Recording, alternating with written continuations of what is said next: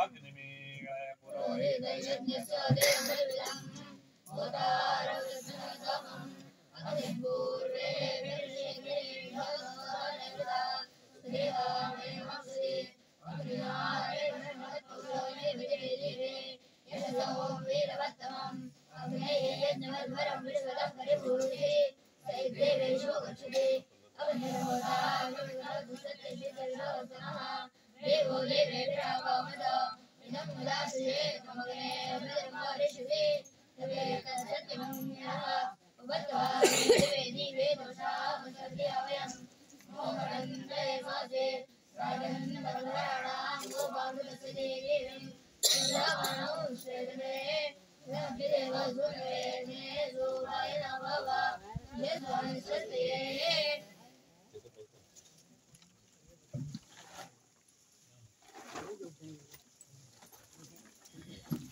जास्त मोठा कार्यक्रम वाढवणार नाही, कारण त्यांना 5 वाजता रामकथेला पोचायचं आहे. पण आताच मला वाटतं 5 वाजलेले आहे. पण तरी असताना वेळ थोडा आम्ही जास्त वाढवून कार्यक्रम करणार आहोत. तरी सुद्धा थोडक्यात पण व्यवस्थित ह्या कार्यक्रमाचं 1-2 गोष्टी तुम्हाला सांगू इच्छितो. पाठशाळा 2017 साली सुरू झाली. ह्या पाठशाळेत नियमित विद्यार्थी 23 शिकत आहेत आणि या पाठशाळेमध्ये वेदाध्ययन म्हणजे ऋग्वेद हा वेद शिकवला जातो. याज्ञिकीत कर्मकांड हा विषय संपूर्ण कर्मकांड शिकवलं जातं आणि त्याच्याच बरोबर संस्कृत हेही शिकवलं जातं. वेगवेगळ्या जी लहान मुलं आहेत, आत्ता शालेय प्रश्न भरपूर असतात की शाळेत मुलांना पाठवल्यानंतर मुलं मोबाईलवरच जास्त असतात आणि त्याच्यावर 2 गोष्टी म्हणजे मी पूर्वी एका पाठशाळेत होतो. त्या पाठशाळेत अनुभव मी घेतला काही आणि त्याच्यातून मी हायस्कूलचं परमिशन गव्हर्नमेंटकडून मला मिळालेलं, पण काही त्या लोकांना तेवढं ते गोष्ट पचनी पडली नाही. त्यामुळं मी तिथून सोडलं आणि त्यांनी त्यालाही सोडलं. त्यामुळे ती शाळा बंद झाली.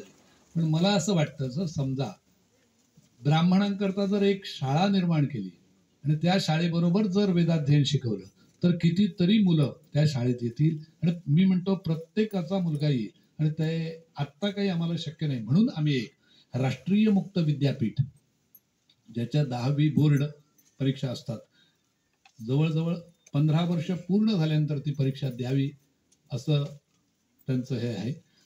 ज्याची 15 वर्ष पूर्ण झालेली आहे तो 10वी परीक्षा देऊ शकतो. त्याच्याकरता आम्ही काय केलंय की राज्य विद्या संवर्धन मंडळाने एक शिक्षक ठेवलेले आहे आणि ह्या शिक्षकाच्या अनुषंगाने 10वीचं जे बोर्डाचं पुस्तक आहे ती जवळजवळ 4-5 वर्ष मागं घेतली आहे आणि त्याप्रमाणे त्याचा जो अभ्यासक्रम आहे तो अभ्यासक्रम आम्ही त्या मुलांना त्या वर्षी थोडा करून शिकवतो.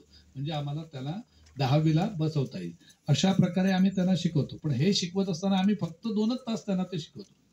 आणि माझा अनुभव आहे, ज्यावेळेला मी 5वी 6वी शिकवत होतो ज्या पाठशाळेत, त्यावेळेला फक्त 2 तास त्या मुलांना शिकवत होतो. पण त्यांना इंग्लिश, मॅथ्स, मग सायन्स म्हणजे असे जे 4 विषय शक्यतो 4च विषय असतात, बाकी सर्व विषय असे मोठे नसतात. पण ते 4 विषय त्यांना अगदी मुखोद्गत होते. ब्राह्मणांच्या मुलांना जर तुम्ही व्यवस्थितरित्या शिकवेल 3 तास, मी म्हणेन दिवसातून 3 तास जरी त्यांनी अभ्यास केला तरी जो पूर्ण त्यांचा अभ्यासक्रम आहे तो सहज वर्षाला संपून जातो. कारण त्यांची गॅदरिंग आणि काय खूप, आणि त्याच्यातच हा प्रोग्राम तो प्रोग्राम, आणि त्याच्यामुळे मुलांची वाढ लागते, तो अभ्यासापासून थोडा दुरावतो. त्यामुळे माझं असं म्हणणं आहे की अशा प्रकारे जर मुलांना आम्ही घडवू लागलो तर खूप मुलं आमच्याकडे येतील. आणि मला विश्वास आहे आजपर्यंत मुलं आमच्याकडे येत आहेत आणि येणारही आहे. पण काही पाठशाळेमध्ये आमच्या घडतंय किंवा आम्ही शिक्षण कशा पद्धतीने देतोय त्याच्याकरता सध्या आमच्याकडे 1 शिक्षक आहे, पण भविष्यात अजून 2 शिक्षक आम्ही ह्याच्याकरता स्पेशल शिक्षक जे असतील ते आम्ही ठेवणार आहोत. यंदाच पासून ही गोष्ट आमच्या शाळेत होणार आहे. त्याच्यामुळं जर समजा अशा काही मुलांना जर इच्छुक असाल तुम्ही पालक, तर मला येऊन संपर्क साधू शकता. कारण मुलाचं हित नाही तर कमीत कमी 8वी पर्यंत शिक्षण हे पासच आहे. जर पासिंग 8वी पर्यंत आहे त्याचा फायदा आम्ही समाजात का घेऊ नये. आमची संस्कृतीतली बरीच आता आहे ना, ते आता एवढे डिग्री होल्डर होते आणि एवढी त्यांनी नोकरी केली, मग त्यांना सप्तशती येते, ही कधी शिकले ते? मग अशा प्रकारच्या मुलांना जर आम्ही काही आमचंच शिकवलं तर आमचं काय वावगा आहे त्याचं? सगळंच चांगलं आहे म्हणजे करायलाच पाहिजे. ह्याच्याकरता ही गोष्ट प्राच्यविद्या संवर्धन मंडळाने केलेली आहे आणि करत आहे. ह्या गोष्टींचा उहापोह इथं करणं मला तरी चांगलं वाटतंय, म्हणून मी तुम्हाला ही गोष्ट शेअर केली. आणि दुसरी गोष्ट अशी आहे की वर्गाकरता काही नियम आणि आहेत, पण मी विनंती अशी करतो आमचे घाटे सरांना की त्यांनी आमच्या पाठशाळेसाठी काही गोष्टी केल्या. कशा केल्या त्या एक गोष्ट सांगतो. आणि विद्यार्थ्यांचे नियम जे आहे हे घाटे सरांचं भाषण झाल्यानंतर, त्यांचं मनोगत झाल्यानंतर मग मी नियम सांगेन. पण त्यांच्या बाबतीतलं पाठशाळेकरता योगदान ही एक गोष्ट मी तुम्हाला सांगतो. आमच्या पाठशाळेमध्ये सगळ्या तऱ्हेची सुबत्ता आहे. आम्ही आजपर्यंत कोणाकडेही गेलेलो नाही की आम्हाला आमच्या शाळेकरता तुम्ही अमके पैसे द्या, ही एक दिवस सुद्धा आम्ही गेलेलो नाही कोणाचकडे. पण लोक आपण होऊन आम्हाला देतात. आमच्या पदरचे आम्हाला कधीच घालावे लागत नाही, हा आमचा अनुभव. तसंच दरवर्षी आम्ही एक टार्गेट ठेवलेलं, गेली 6 वर्ष झाली पूर्ण टार्गेट आम्ही ठेवलेलं, दरवर्षी 50,000 रुपयांची पुस्तकं घ्यायची. पुस्तकं कशी घेतली तर ऋग्वेद, यजुर्वेद म्हणजे 4ही वेद, मग उपवेद, मग म्हणजे प्रत्येक इतिहास असो, मग कोश म्हणजे डिक्शनरी असो, मग वेदांत असो, व्याकरण असो, ह्या प्रत्येक डिव्हिजनाची पुस्तकं आम्ही प्रत्येक वर्षी प्लॅन करून तयार केली. आज आमच्याकडे 3.5 लाख रुपयाची पुस्तकं उपलब्ध आहेत. आयुर्वेद आहे, त्याच्यात ज्योतिष आहे, तुम्ही जे तुमच्या मनात येईल ते पुस्तक आमच्याकडे असणार. आणि त्याचं सहाय्य आता तुम्हाला मी सांगतो कोणी सहाय्य केलं. तर ही पुस्तकं आली कुठं मिळाली तर पुण्याच्या ठिकाणी भागवत बुक डेपो म्हणून आहे, त्यांच्याकडून आम्ही दरवर्षी ही पुस्तकं घेतो.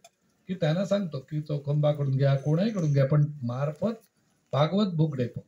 मग ते काय करतात, ते सगळे करून यांचं एक तिथं ऑफिसर बसलेले आहे इंगळे म्हणून, ते इंगळे ऑफिसर आपल्या ते सगळे कदंबात घालून आम्हाला पाठवून देतात. ती पुस्तकं आम्हाला दरवर्षी अशा प्रकारचं अजून कितीतरी मदत, म्हणजे सगळ्याच गोष्टींची मदत सांगता येत नसते. तर सहजगत्या जे अजूनही मला त्यांनी सांगितलं, आपण रिटायर झालं म्हणून तू घाबरू नको, तुला काय पाहिजे तेवढं सांग, पुस्तकं आणायची आणि सहजगत्या आम्ही आणू शकू. अशा प्रकारचं मदत जाता मदत करणारे असं व्यक्तिमत्व आज आम्हाला लाभलं आहे. मी विनंती करतो की त्यांनी नवीन मुलांकरता मार्गदर्शन करावं.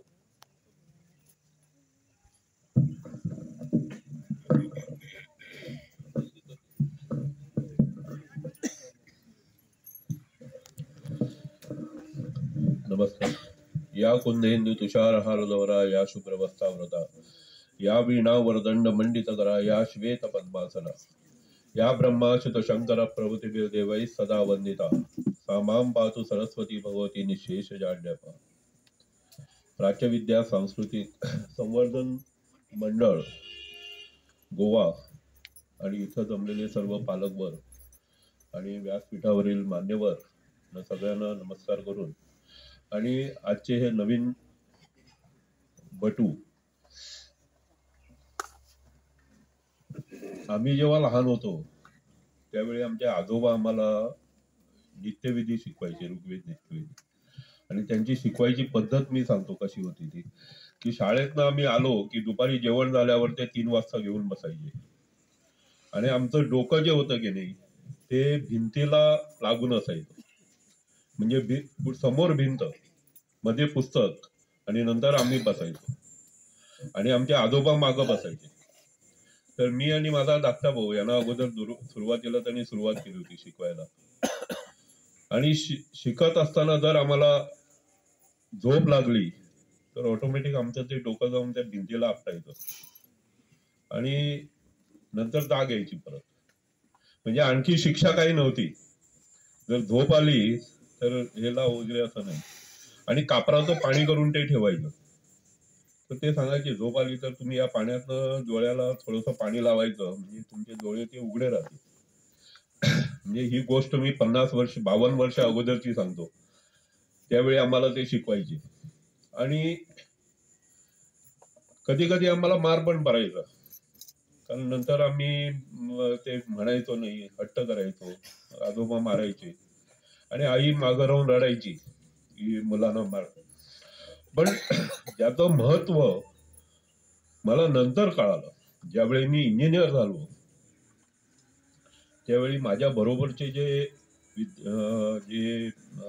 काम करणारे होते, ब्राह्मण वर्गातले होते, तर त्यांना संध्या पूजा वगैरे काही माहिती नव्हती. आणि मी पूजा शिकलो. मी सांगतो, एक दिवस महालक्ष्मीच्या मंदिरात असेच ब्रह्मवृंद बसले होते आणि श्रावण महिन्यातला दिवस आहे. तर त्यावेळी सगळे ब्राह्मण जे बसले होते त्यांनी देवे सुरू केला. ते शेवटच्या श्रावण महिन्याच्या शुक्रवारी तिथं देवे असतो, देवे म्हणतात कम्प्लीट. तर तिकडचे पुरोहित आहे, त्यांना माहिती होतं, त्यांनी मला बोलावलं, म्हणाला देवे म्हणायला बस. आणि मी त्यांच्याबरोबर तो खणखणीत देवे म्हटला. तर आमचे इकडचे मंत्री, आपल्याला सर्वांना माहिती आहे, सुजीनबाई ते पण होते त्या दिवशी. तर ते म्हणाले, अरे तू हे एवढं केव्हा शिकलास की देवे त्यांच्याबरोबर तू मुसळतात आणि हातानं बरोबर स्वर वगैरे धरतो, हे ते केव्हा शिकला? म्हटलं हे आम्हाला लहानपणी आजोबांनी शिकवलं. तर या गोष्टी आपण जर शिकलो तर त्याच्यामुळे आमच्यामध्ये संस्कृती राहतेच, कल्चर राहतच, पण एक नियम पण आमच्या देहामध्ये तो निर्माण होतो. आणि आजोबांनी नंतर वडिलांनी आम्हाला सांगितलं होतं की तुला काही जमलं नाही तरी चालेल, काही केलं नाही तरी चालेल, पण संध्या ही नेहमी कर. आणि ही संध्या आणि पूजा, देवाची पूजा का करायची? तर याच्यातनं आम्हाला काही मिळणार नाही. जसं आम्ही आहार करतो, जसे आम्ही आंघोळ करतो, जसे आम्ही मनोरंजनाचे कार्यक्रम बसतो, तशी ही संध्या आणि पूजा ही ब्राह्मणामध्ये आवश्यक आहे. ते आमच्यामधला एक नेम आहे, तो की आम्ही करायलाच पाहिजे. जसं आपण बघितलं असणार की मुसलमान धर्मामध्ये ते नमाज पडतात. काही असू दे, बिझनेसमॅन सुद्धा जरी असला तरी तो 7 वाजता तिथंच बाजूला बसतो आणि नमाज पडतो. तसं आम्ही आमच्या हिंदू धर्मामध्ये ब्राह्मणाला संध्या ही एकदम आवश्यक केलेली आहे. आणि दुसरी पूजा, या दोन्ही गोष्टी केल्या तर मुलं विचारतात, माझी मुलं पण मला विचारतात की संध्या आणि पूजा करून काय मिळतं? तर याच्यातनं तुम्हाला काही मिळणार नाही, पण तुमच्यामध्ये जी शक्ती आणि जी काय म्हणतो आपण प्रेरणा जी निर्माण होणार, त्याच्यापासून तुम्ही जगातली कुठलीही गोष्ट नंतर जिंकू शकता. म्हणून ही संध्या आणि पूजा नित्य नियमाने करायला पाहिजे. आणि अगोदर हे गुरुकुल पद्धतीनं व्हायचं, पण आता गुरुकुल पद्धतीनं कमी याच्यात, म्हणजे कमीत कमी संध्या आणि आपला रुद्र, देवे, म्हणजे ऋग्वेदी नित्यविधीतनं जे जे काय आहे ते आपल्याला यायला पाहिजे. सौर सूक्त, विष्णू सूक्त म्हणा, मला वाटतं तुम्ही शिकवत सौर सूक्त, विष्णू सूक्त वगैरे. तर हे सगळ्या गोष्टी आपल्याला मुखोद्गत पाहिजे. तर आपण जगाच्या पाठीवर कुठेही जरी गेला तर याचा पुष्कळ फायदा होतो. आणि मी हे बघितलेलं आहे, अनुभवलेलं आहे, म्हणून मी तुम्हाला सांगतो की कदमा महामंडळामध्ये मी त्यांनी सांगितलं त्याप्रमाणे 1982 मध्ये कामाला लागलो. ज्यावेळी त्याचं स्थापना झाली त्याच्यानंतर एक 6 महिन्याला लागलो होतो. आणि हल्लीच 2023 मध्ये रिटायर झालो. आणि सगळ्या याच्यामधनं 5-6 प्रमोशन घेऊन जनरल मॅनेजर म्हणून रिटायर झालो. पण आणि मला शिफ्ट पण होत्या. अगोदर सुरुवातीला शिफ्ट असायच्या, सकाळच्या आणि संध्याकाळच्या. पण काही असलं तरी मी जर जमलं नसलं तरी 10 गायत्री जप, 28 मिनिमम गायत्री जप करून संध्या करायचो. आणि अजून पण मी तो करतो. मला सांगायला आनंद वाटतो की तर हे कशामुळे जमलं, तर मी सुरुवातीला ज्यावेळी नोकरीला लागलो त्यावेळीच मी नेम केला होता की काही झालं तरी संध्या ही मी करणारच. संध्या केल्याशिवाय पुढचं काही काम करणार नाही. आणि ते आता एवढं अंगवळणी पडलंय की मी संध्या करायची नाही म्हणून ठरवलं तर तो दिवस मला चांगला गेल्यासारखा वाटत नाही.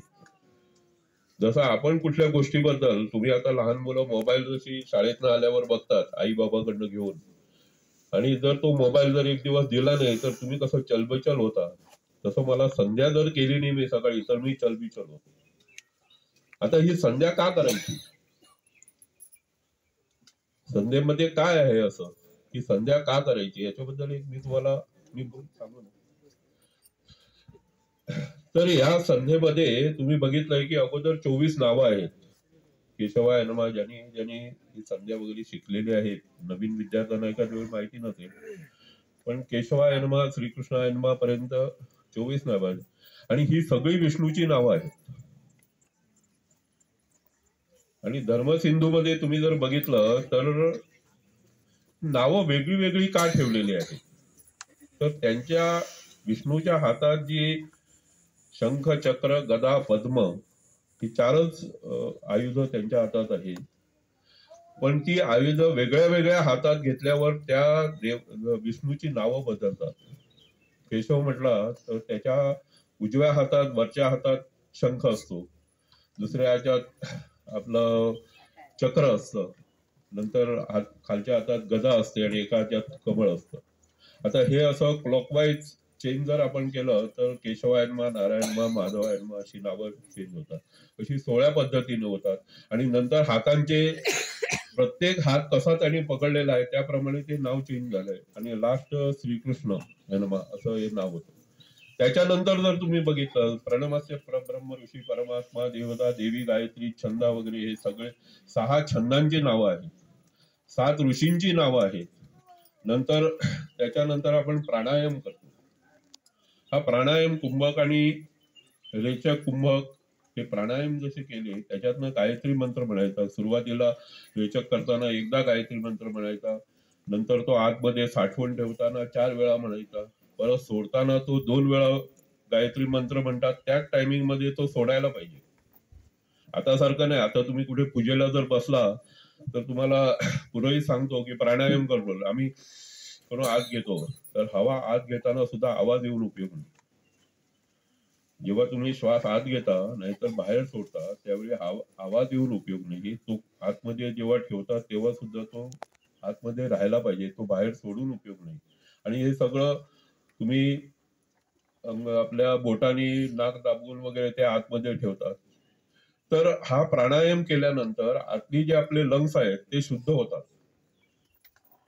लंग्सामध्ये जेव्हा आमच्या आपल्या फुफ्फुसामध्ये जेव्हा ही हवा जाते त्याच्यामुळे अशुद्ध जे रक्त असतं ते शुद्ध होण्यासाठी त्याच्यात हा जो हवेतला जो ऑक्सिजन असतो तो ऑक्सिजन त्याच्यात मिसळतो, आणि तो देहामध्ये फिरल्यानंतर आपण आपलं देह, आपलं रक्त जे आहे ना ते शुद्ध होतं. म्हणून हा प्राणायाम करायचा. प्राणायाम झाल्यानंतर मग मार्जन आहे.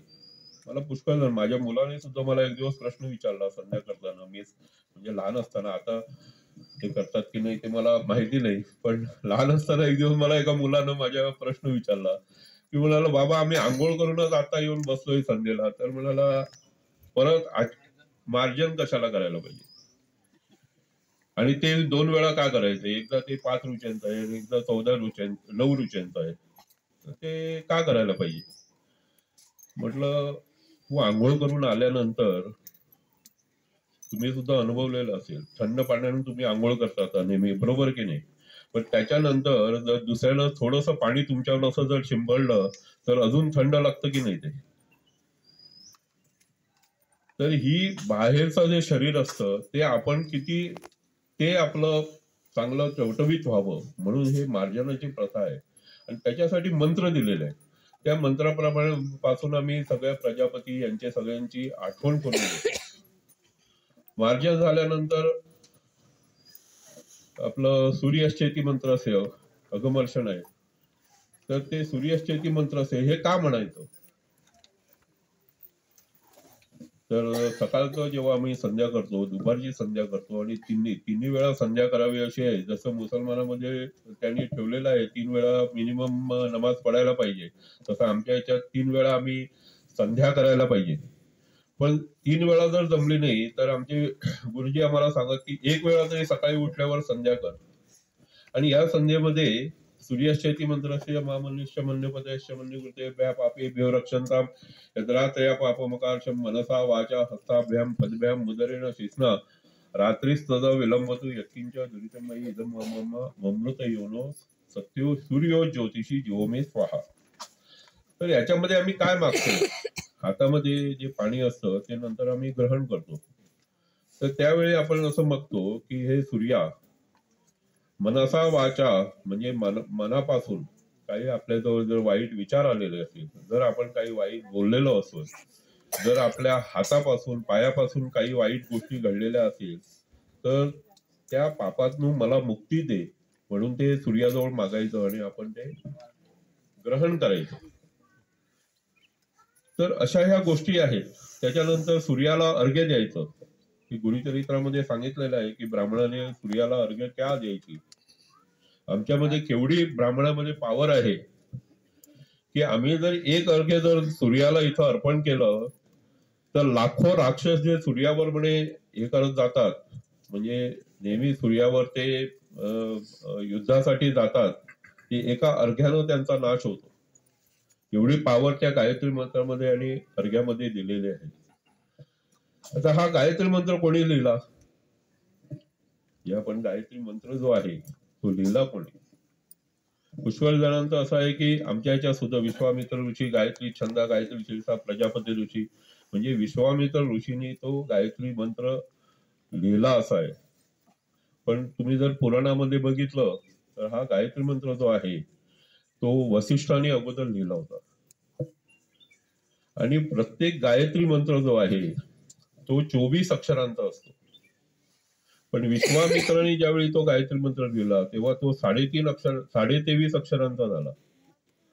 आणि 23 अक्षरांचा झाल्यावर तो सिद्ध होत नाही. गायत्री मंत्र हा 24 अक्षरांचाच पाहिजे सिद्ध होण्यासाठी. सिद्ध होणं म्हणजे कसं की जसा बल्ब निर्माण केल्यानंतर तो पेटण्यासाठी त्याला कॉईल कितीची पाहिजे, त्याला व्होल्टेज किती पाहिजे आणि त्या बल्बाची आतमध्ये त्याला कसला गॅस पाहिजे, हे सगळं जे आपण हे करतो त्याच्यानंतर तो बल्ब पेटू शकतो आणि त्याला आम्ही इन्व्हेन्शन म्हणतो. तसा हा गायत्री मंत्र इन्व्हेंट करताना वसिष्ठाजवळ ते 23 अक्षरं त्यांनी सिद्ध केली. पण गायत्री मंत्र त्याच्यापासून सर्वसामान्य वैदिक लोकांना जर त्याच्यापासून जर शक्ती मिळणार तर तो सिद्ध होत नाही. त्यांनी कितीतरी जप करून तपश्चर्या करून बघितली, होत नाही. आणि त्यावेळी विश्वामित्र ऋषींचे एकच लॅबोरेटरी होती. म्हणून तुम्ही कुठलाही मंत्र जर घेतला तो सिद्ध होताना तिथं विश्वामित्र ऋषींचा आहे. कारण वसिष्ठ बाकीचे सगळे ज्यावेळी याज्ञवल्क्य वगैरे ऋषी होते त्यावेळी विश्वामित्र ऋषींचीच लॅबोरेटरी होती. कारण ते क्षत्रिय धर्मातले होते, त्यांना ते परवडत होतं लॅबोरेटरी करायला. जसे आता कुठेही लॅबोरेटरी संशोधन करायची झाली तर त्याला कोट्याने रुपये खर्च येतो. विश्वामित्रांना ते जमत होतं आणि त्याप्रमाणे त्यांनी लॅबोरेटरी केली होती. आणि कुठलाही मंत्र वैदिक निर्माण झाला की तो विश्वामित्रांच्या लॅबोरेटरीमध्ये जायचा. तर वसिष्ठांनी नंतर त्यांना तो मंत्र दिला आणि म्हणाला हा मंत्र सिद्ध होत नाही. गायत्री मंत्र आपण केलेला आहे पण हा सिद्ध होत नाही. आणि जोपर्यंत गायत्री मंत्र सिद्ध होत नाही ती पावर निर्माण होणार नाही. आणि त्याप्रमाणे त्या विश्वामित्रांनी त्याच्यावर संशोधन केलं, म्हणजे आताच्या भाषेत सांगायचं. आणि त्यांनी तो जो अर्ध अक्षर आहे ते शोधून काढलं. जसं की तस्स वितुर वरेण्य भर्गो देवस्य धीमहि धियो यो न प्रचोदयात्. त्या न्यवरचं जे टिंब आहे ते विश्वामित्रांनी दिलेलं आहे. आणि ते टिंब दिल्यानंतर तो जे अर्ध अक्षर आहे ते त्याला मिळालं आणि त्यामुळे तो गायत्री मंत्र सिद्ध झाला. आता हे कशासाठी तुम्हाला सांगितलं तर गायत्री मंत्र म्हणताना तो अशुद्ध म्हणून उपयोग नाही. त्या 24 अक्षरांची जी स्वर आणि हे असते काय आपण विस्वर म्हणतो ते सगळं त्या पद्धतीनं व्हायला पाहिजे, तरच त्या गायत्री मंत्राचा आपल्याला सिद्धीचा उपयोग होऊ शकतो. आणि हा गायत्री मंत्र जो आहे त्याच्यातनं ते अर्घ्य द्यायचं, नंतर त्याचा जप करायचा आणि त्याच्यानंतर मित्र सूर्य जातवेद म्हणजे अग्नी, नंतर ब्रह्मदेव, सगळ्या 10 दिशा या सगळ्यांचा आपण स्मरण करतो आपल्या संध्येमध्ये. केवढं हे बघा, 10 मिनिटं जर तुम्ही याच्यासाठी खर्च केले तर सगळ्या देवतांची तुम्ही नावं घेतात, त्यांची स्तुती करतात आणि सगळ्यात मोठं या संध्येमध्ये दिलेलं आहे ते नंतर आपल्या पूर्वजांचं हे करा, आपली उत्पत्ती कशी झाली. जसं माझं आहे, मी विश्वामित्र ऋषी, सविता देवता काय आपलं हे गोत्र वगैरे म्हणतोय, कौशिक गोत्रोत्पन्न ऋग्वेद असे आश्वलायन सूत्र शाकल शाकल ध्याय हो वैश्वामित्रागमर्शन.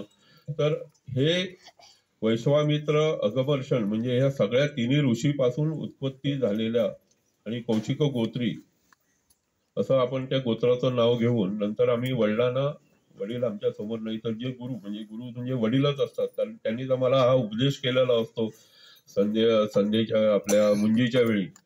त्यामुळे त्यांचं आम्ही स्मरण करायचं, दिवसातनं एकदा तरी स्मरण करायला पाहिजे. म्हणून हे स्मरण संध्येमधनच होऊ शकतं. नाहीतर तुम्ही विचार करा, तुम्ही दिवसातनं वडिलांचं किती वेळा स्मरण करता? आठवण होते? आई वडिलांची आठवण होती कधी? सगळं जर आपल्याला मिळायला लागलं तर आई वडिलांना सुद्धा पुढ्यात असून आम्हाला आठवण होत नाही. तर ती आठवण होऊन ती आपल्या मनाला कळावी म्हणून ते दिलेलं आहे की 3 वेळा त्यांच्या नावानं आपण कानाला हात लावायचं आणि क्षमा मागायची त्यांच्याजवळ. असा हा संध्येचा सगळा प्रयोग दिलेला आहे. आणि ही संध्या तुम्हाला आता या पाठशाळेमध्ये ते शिकवतातच. तर हे संध्या गेल्यानंतर सुद्धा तुम्ही एक नेम धरायला पाहिजे की दिवसातनं एकदा तरी सकाळी उठल्यावर ही संध्या करणार. ही संध्या केल्याशिवाय शाळेत जायला उशीर झाला तरी चालेल. असं सुरुवातीला एकदा ठरवायचं की आज शाळेला उशीर झाला तरी चालेल, मी तिथं शिक्षा आहे ती सगळी शिक्षा घेईल, पण संध्या करूनच शाळेत जाणार. मग दुसऱ्या दिवशी तुम्ही थोडं लवकर उठून संध्या करायला लागणार. आणि एकदा ते तुमच्या अंगवळणी पडलं की तुम्ही जर किती मोठे ऑफिसर झाले आणि किती मोठे धंदेवाईक जरी झाला तरी तुम्हाला ही संध्या उपासना तुम्हाला सुटणार नाही. आणि दुसरी गोष्ट म्हणजे पूजा. घरात प्रत्येकानं देवतांची पूजा करायला पाहिजे. आमच्या ब्राह्मण घरात आता तर सगळ्या समाजामध्ये पूजा करायला लागले. मी बघितलंय की बंगले मोठमोठे बांधले की ते देवासाठी म्हणून वेगळं आपलं देवघर बांधतात. अगोदर ही प्रथा नव्हती, ब्राह्मणामध्येच असायचं एक देवघर.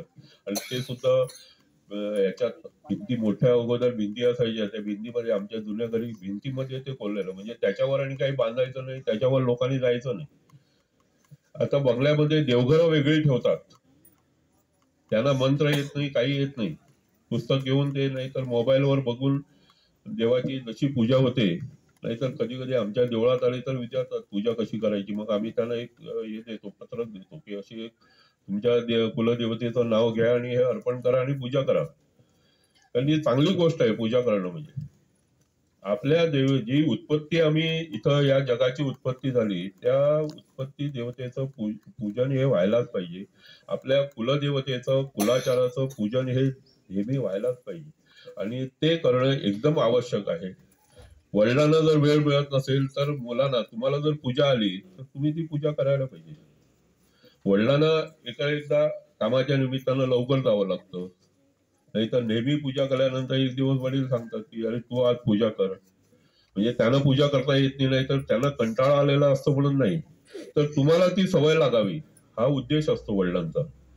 की उद्या सकाळी माझ्या पश्चात या घरातली ही पूजा चालू राहायला पाहिजे. आणि ही चालू राहण्यासाठी म्हणून आपण ही पूजा शिकल्यानंतर ही पूजा ठेवायला पाहिजे.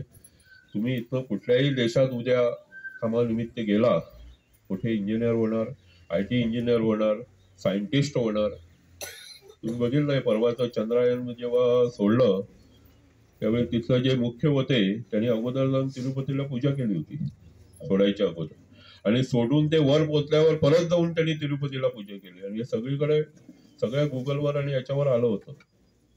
ते कशामुळे झालं तर त्यांना ती नेहमी पूजा करण्याची सवय होती. आणि ही आम्ही आता लहानपणापासूनच आपल्या अंगवळणी जर घातली तरच होऊ शकते, मोठी झाल्यावर होऊ शकत नाही. आता मला पुष्कळ वाटतं की मी ऋग्वेद शिकायला पाहिजे होतं, यजुर्वेद शिकायला पाहिजे होतं, कारण वाचनातलं पुष्कळ येतं. रामायण कथा, रामचरित मानस शिकायला पाहिजे होतं, वाल्मिकी रामायण शिकायला पाहिजे होतं. पण आता ते या वयात ते लक्षात राहत नाही, हे लहान वयातच राहू शकतो. तुम्ही याच्यावर गुगलवर सुद्धा जे बाकीचे चित्र नाही तर फेसबुकवर बघतात त्यापेक्षा युट्यूबवर तुम्ही जर संध्या कशी करायची, पूजा कशी करायची, नंतर कुठले कुमार विश्वासचं रामकथेवरचं प्रवचन आहे तर ते ऐका, मग तुम्हाला ती गोडी निर्माण होईल. पुस्तकं आता याने सांगितली 3.5 लाखांची पुस्तकं आहेत, तर त्यांच्या परवानगीनं तुम्ही पुस्तकं वापरताना ती चांगली आणि श्रद्धेनं वापरायला पाहिजे, पण उघडून बघा. आणि मी घरातल्या आपल्या सर्वांना पण एक हे करतो की आपल्या घरामध्ये आमच्या वैदिक धर्माची एक लहानशी लायब्ररी ठेवा, ज्याच्यामध्ये ही 18 पुराण, उपनिषद, तुकाराम गाथा, ज्ञानेश्वरी, रामचरित मानस. कारण आता आम्ही सगळे सधन आहोत, आम्ही याच्यासाठी खर्च करू शकतो. हे घरामध्ये का ठेवायची की आपल्या पिढीतला जो पुढचा आपली पिढी वंशवेल जी आहे त्याच्यातलं कोणाला तरी एखाद्या वेळी इच्छा होऊ शकते की याचं शिक्षण आम्ही घेऊ म्हणून, ती पुस्तकं बघून बघून. तर याच्यासाठी पुस्तकांची घरामध्ये एक लायब्ररी लहानशी करून ठेवायला पाहिजे. मी माझ्याजवळ सगळी पुस्तकांची म्हणजे उपनिषद, पुराण सगळे ठेवलेले आहेत. मला ज्यावेळी वेळ मिळतो तेव्हा मी वाचतोच, पण घरातल्या सर्व कोणाला जर वाटलं उद्या सकाळी, मला जर आता मुलानं काही प्रश्न विचारला, मी त्याला सांगतो हे रामचरित मानस, वाल्मिकी रामायण काढ आणि वाच, तुला त्याच्यातनं एक्सप्लेनेशन मिळेल ते सगळं. गुरुचरित्रामध्ये तुम्ही कुठलाही आपल्या जीवनातला कुठलाही वाईट प्रसंग येऊ दे, 52 अध्यायामध्ये त्या प्रत्येक प्रसंगाचं कुठल्या ना कुठल्या तरी अध्यायामध्ये त्याचं सोल्युशन दिलेलं आहे. म्हणजे असे जे आपल्यावर वाईट प्रसंग आले तसे 52 अध्यायामध्ये त्यांनी दिलेले आहेत. हा वाईट प्रसंग आला तर त्याच्यावर काय केलं की ते होतं. म्हणजे तुम्ही पुष्कळ वाचत असणार गुरुचरित्र, पण या गुरुचरित्रामध्ये असं आहे, गुरुचरित्र, नवनाथ हे वाचायला पाहिजे. पूजा आपण करतो, तर पूजेतला एक लहानसा तुम्हाला दृष्टांत सांगतो आणि मी आज वाचन थांबवतो. पूजेमध्ये आपण नैवेद्य दाखवतो. आता नैवेद्य दाखवल्यावर देव खातो, कधी बघितलंय तुम्ही? वडील नैवेद्य दाखवतात, पण कधी देवानं खाल्लाय तो नैवेद्य? जसं देवानं जर नैवेद्य खातलं ना तर आपण त्यांचं रेशन कार्ड मध्ये नाव घातलं असतं नंतर. आणि जर ते गव्हर्नमेंटनं सांगितलं की तुम्ही आता सदन आहे, तुम्हाला तुमचं इन्कम आहे तो 3.5 लाखाच्या वर आहे, आता तुम्हाला रेशन मिळणार नाही, मग आम्ही देवाला उपाशी ठेवलं. पण देवाला नैवेद्य आम्ही का दाखवतो? आणि नैवेद्य दाखवताना प्राणाय स्वा, अपानाय स्वा, व्यानाय स्वा, उदानाय स्वा, समानाय स्वा, ब्रह्मणे स्वाहा असे 6 याने आहुती दिल्यासारखं देवाला आपण ते आहुती देतो. हे का देतो? तर आमचा जो श्वास आहे, तिकडं लक्ष दे, आमचा जो श्वास आहे हा श्वास 6 विभागामध्ये आमचा विभागणी झालेली आहे. आम्ही जो श्वास घेतो तो फक्त फुफ्फुसामध्ये जात नाही. तर प्राणाय स्वाहा, पहिला श्वास घेतल्यानंतर तो प्राणाय फुफ्फुसामध्ये गेला. अपानाय स्वाहा, अपान वायू जो आहे तो आमचा उदरामध्ये असतो.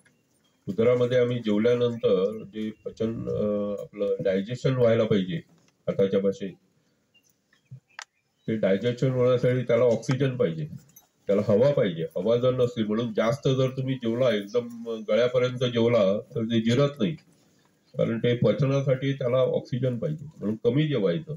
म्हणून आम्ही खाली याच्या पाटावर बसून अगोदर जेवायचो. तर हा अपान वायू आहे. उदान आहे स्वाहा, उदान वायू या आम्हाला जे मलमूत्र असतं ते आमचं कंट्रोलमध्ये असतं बघा, ते तुमच्या कंट्रोलमध्ये नाही. आता मला माझं जे मूत्र आहे, मला जर मुतायला झालं तर ते माझ्या कंट्रोलमध्ये राहत नाही. मी जर ठरवलं की 2 दिवस मुतणारच नाही म्हणून, तर काय होईल? तो वेळ झाला की पिशवी भरली की ऑटोमॅटिक तुला ते मुतायला होतं. मग ते कोण कंट्रोल करतो? आणि एकदा आपण काहीतरी वाईट खाल्लं तर मल सुद्धा तुम्हाला सांगून बाहेर येते. तर हा जो कंट्रोल आहे तो उदान वायू ठेवतो. प्राणाय स्वाहा, अपानाय स्वाहा, व्यानाय स्वाहा, उदानाय स्वाहा.